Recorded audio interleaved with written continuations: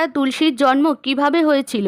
মা সরস্বতী একদিন অভিশাপ দিল মা লক্ষ্মীকে। একদিন মা সরস্বতী বীণা বাজাচ্ছিলেন। এমন সময় মা লক্ষ্মী সেইখানে আসে আর মা সরস্বতী বলে, দেবী তুমি ব্রহ্মলোকে কেন আসো না? তখন মা লক্ষ্মী উত্তরে বলে, আমি জনকল্যাণের কাজে এতটাই ব্যস্ত থাকি যে আমার সময় থাকে না।